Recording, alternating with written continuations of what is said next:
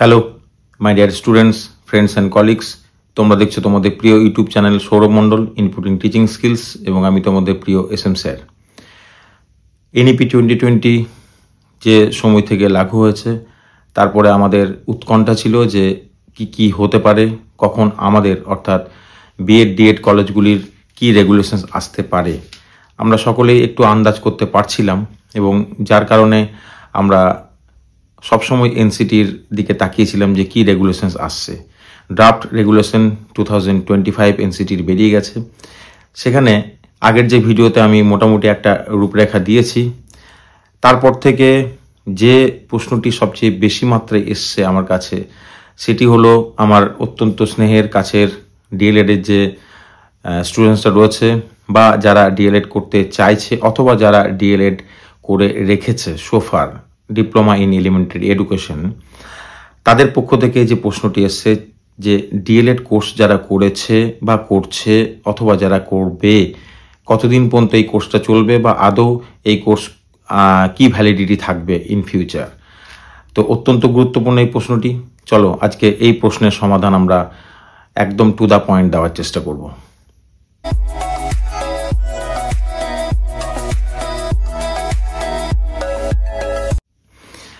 প্রথমেই বলি যে DLED অর্থাৎ ডিপ্লোমা ইন এলিমেন্টারি এডুকেশন, এটি NCTর একটি কোর্স, যেটা NCT রেগুলেশন 2014-2014 অ্যাপেন্ডিক্স 2-তে ছিল, এবং এটি রেগুলার ফুল টাইম কোর্স 2 বছরের, যার যোগ্যতা ছিল, স্টুডেন্টদের যোগ্যতা ছিল HS পাস বা 10+2। এখন এই কোর্সটি 2014 রেগুলেশন অনুযায়ী যখন 2 বছর ধরে চলছিল, হঠাৎ করে NEP 2020-র আলোকে NCTর যে ড্রাফট রেগুলেশন 2025, সেখানে উল্লেখ করলো যে DLED নামক কোনো রকমের কোনো কিছু থাকছে না। তাহলে কি হবে? নেই, কোনো অ্যাপেন্ডিক্স নেই।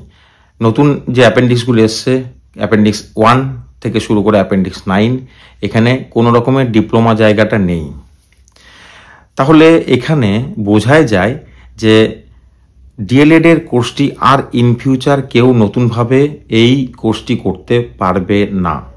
নতুনভাবে করতে পারবে না মানেটা কি? আমাদের যে শিক্ষানীতি, নতুন শিক্ষানীতি যেটা NEP 2020, সেখানে বলেছে যে নতুন সিস্টেমে চেঞ্জ হতে গেলে, ট্রানজিট হতে গেলে, ট্রান্সফর্ম হতে গেলে 2030 পর্যন্ত সময় দিয়ে দিল। তাহলে যে রানিং কোর্সগুলি চলছে, সেই কোর্সগুলি চলবে ধরে নেওয়া যায় 2030 বা তার আগেই। 2030 হচ্ছে তার last date. Diploma in elementary education অর্থাৎ DLED এখন আরও কয়েকটা বছর যে সমস্ত প্রতিষ্ঠানগুলি দিচ্ছে সেগুলি চলবে। কিন্তু এই DLED কোর্সের সমতুল্য একটি কোর্স বলা যেতে পারে, অথবা আরও একটু বেটার ফরমেশন দিয়ে যে কোর্সটি এসছে, সেইটা হচ্ছে 4 year integrated teacher education programme অর্থাৎ ITEP। HS পাস করেই এখানে ভর্তি হতে পারবে, এবং এটি 4 বছরের যে কোর্সটি, সেটি ডুয়েল ডিগ্রি অর্থাৎ গ্র্যাজুয়েট হবে, তার সঙ্গে সঙ্গে 1 ইয়ার B.Edটাও এখানে থাকছে।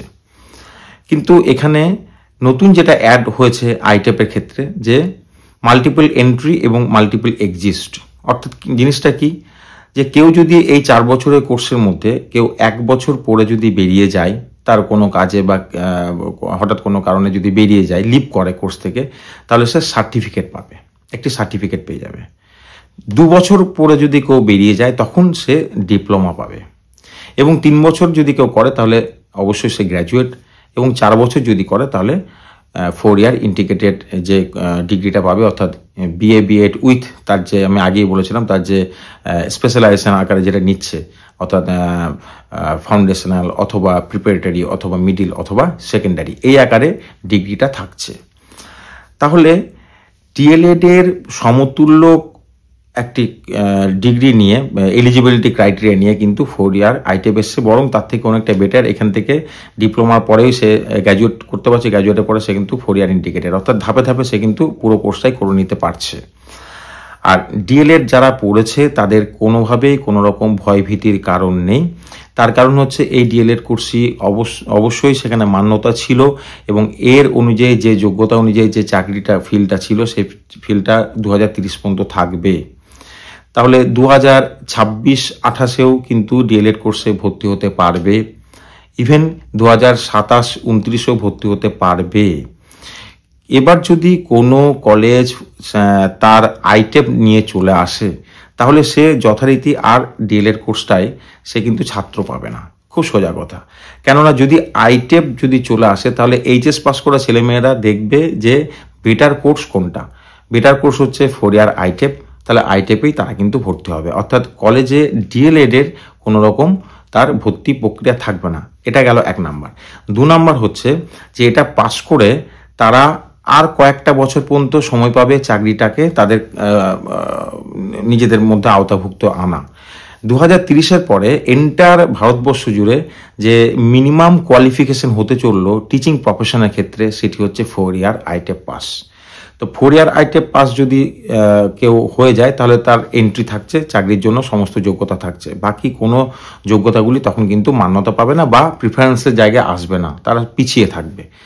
তাহলে গার্জেন থেকে শুরু করে ছাত্রীর যে মহল তারা অলরেডি তারা অ্যাওয়ার হয়ে গেছে যে এখানে যেহেতু ডিএলএড কোর্সটির আর পরবর্তীতে কন্টিনিউশন হবে না, যারা করতে চাইছে এই ধরনের কোর্স তারা এইচএস পাস করে আসবে, অবশ্যই সেটা 4 ইয়ার আইটেপ আসবে, জয়েন দিয়ে আসবে। এই যে নতুনভাবে যে প্রক্রিয়া সাজছে সিস্টেম সেখানে তারা মাথা গলাবে।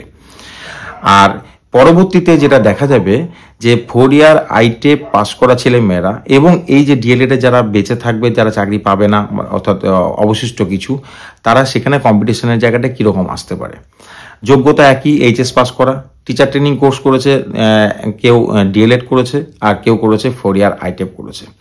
তাহলে সেখানে মিনিমাম যোগ্যতা অনুযায়ী অবশ্যই যেটা থাকছে সেটা আইটেপ অনুযায়ী বেছে নেবে এবং সেখানে যদি গভর্নমেন্ট পরবর্তীতে কোনো সাপোর্টিং কোনো কোর্স করে এদেরকেও সমতুল্য কিছু করতে পারে সেটা গভর্নমেন্ট ভাবতে পারে।